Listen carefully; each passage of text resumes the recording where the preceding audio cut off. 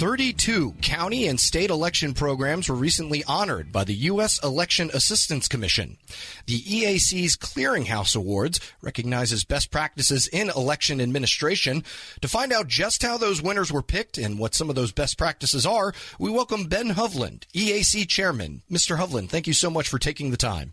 Absolutely. Thanks, Eric, for having me. Of course. So why don't we just start with an overview of the Clearinghouse Awards. This is the 8th installment of these awards. How does this awards program work?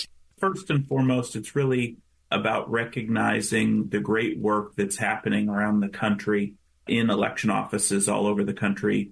One of the reasons that we created the awards, so the Clearinghouse Awards, or Clearies, really represent the clearinghouse function of the Election Assistance Commission. The agency was created to serve as a clearinghouse of best practices across the country. And really that was because each state runs elections a little bit differently. And so one of the things that we do at the federal level, since we don't run elections, is look out at how each state is administering elections. And the Clearinghouse Awards, are really about recognizing some of those best practices that we see across the country, lifting up the great work that the professionals who run our elections are doing all across the country.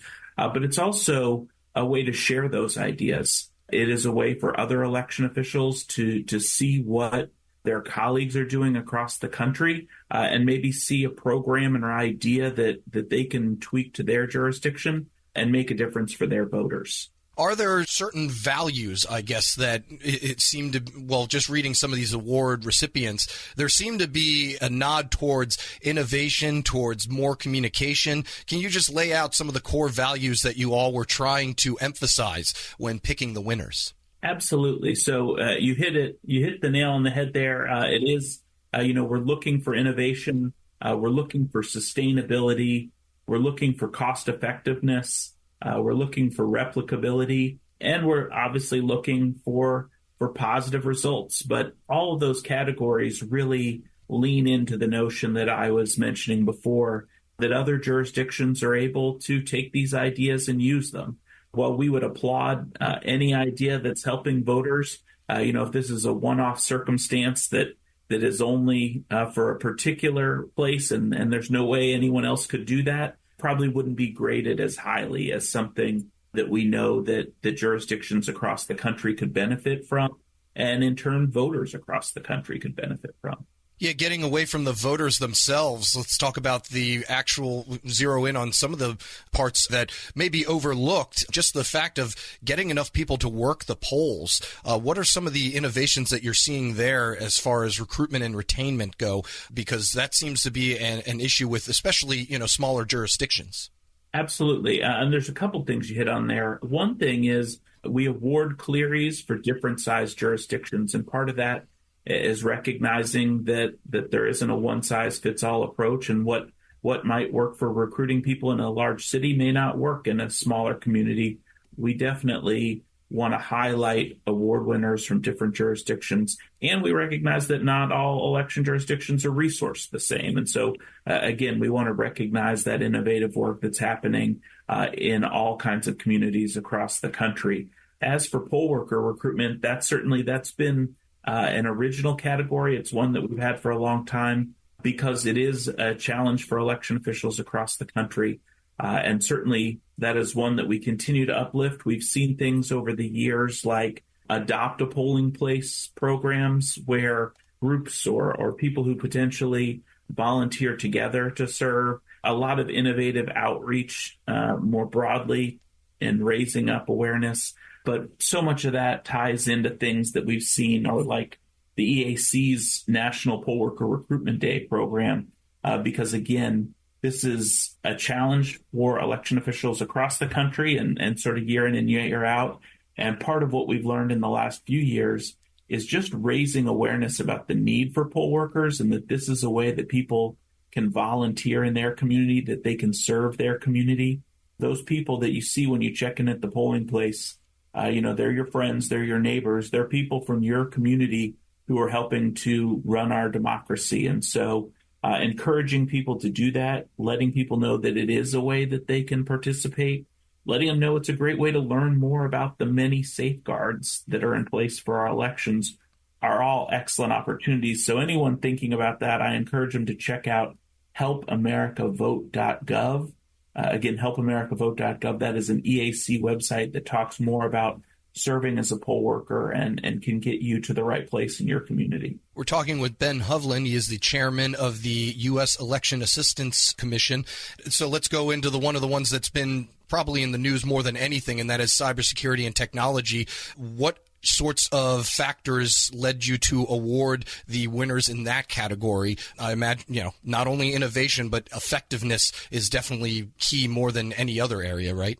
Absolutely. And one of the things, cybersecurity has been a focus, has been a challenge. This is a newer category that we've had just for the last few years. But really, again, when you think about the notion of why we have the Clearys, part of that is to recognize great work, but part of that is to share great ideas. And so, one of the ones that this was actually from a couple years ago, there was Cleary winner for something called the Cyber Navigator program. And essentially that was recognizing that not every jurisdiction, not every, smaller community can necessarily afford to have an election cybersecurity specialist.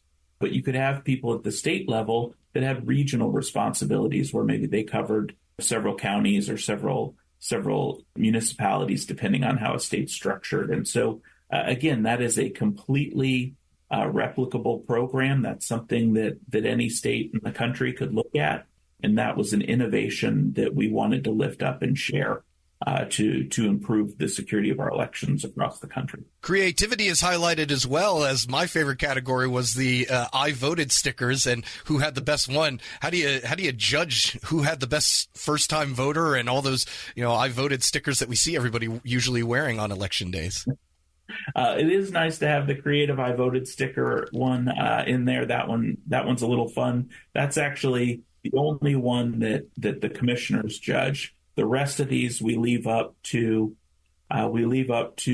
election officials from across the country that serve as our judges. We've got judges from every time zone all across the country. For most of the categories, they're very much peer reviewed. The stickers winner we keep for ourselves. It's pretty subjective. We see a lot of great submissions and programs in there, but that's really just the four commissioners at the Election Assistance Commission saying which of these programs or which of these stickers happen to be their favorite, and we average that out and have winners. Again, that one's a lot of fun, and we've seen so many great stickers from across the country. So many, it's really nice. One of the categories there is sort of community flair, and it's fun to see the different ways people have chosen to represent their communities all across the country. And so that one, as you noted, is a fun one. Gotcha. It's an election year, obviously a very busy time for your agency. If you can just kind of lay out what sort of other work you are doing to help prepare election offices across the country for the next big one. Yeah, you hit the nail on the head again. It is a busy time of year. Largely the presidential primaries are over.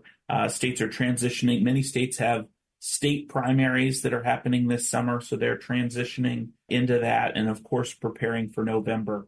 And election officials across the country, there are a number of challenges, and certainly presidential election years are when we see the most voters, and that puts the most sort of pressure on our system. But you know what? One of the great things about my job is that I get to travel around the country and I get to see the work that election officials are doing, the preparation that they're doing, the training that they're doing, going through very meticulously their processes to get ready for November. And so at the EAC, we're looking at ways that we can help that. We're looking at ways that we can find efficiencies and support election officials across the country. Ben Hovland is the chairman of the Election Assistance Commission. Thank you so much for joining me. Thank you. And we'll post this interview along with a link to more information about the award winners at federalnewsnetwork.com. You can also subscribe to the Federal Drive wherever you get your podcasts.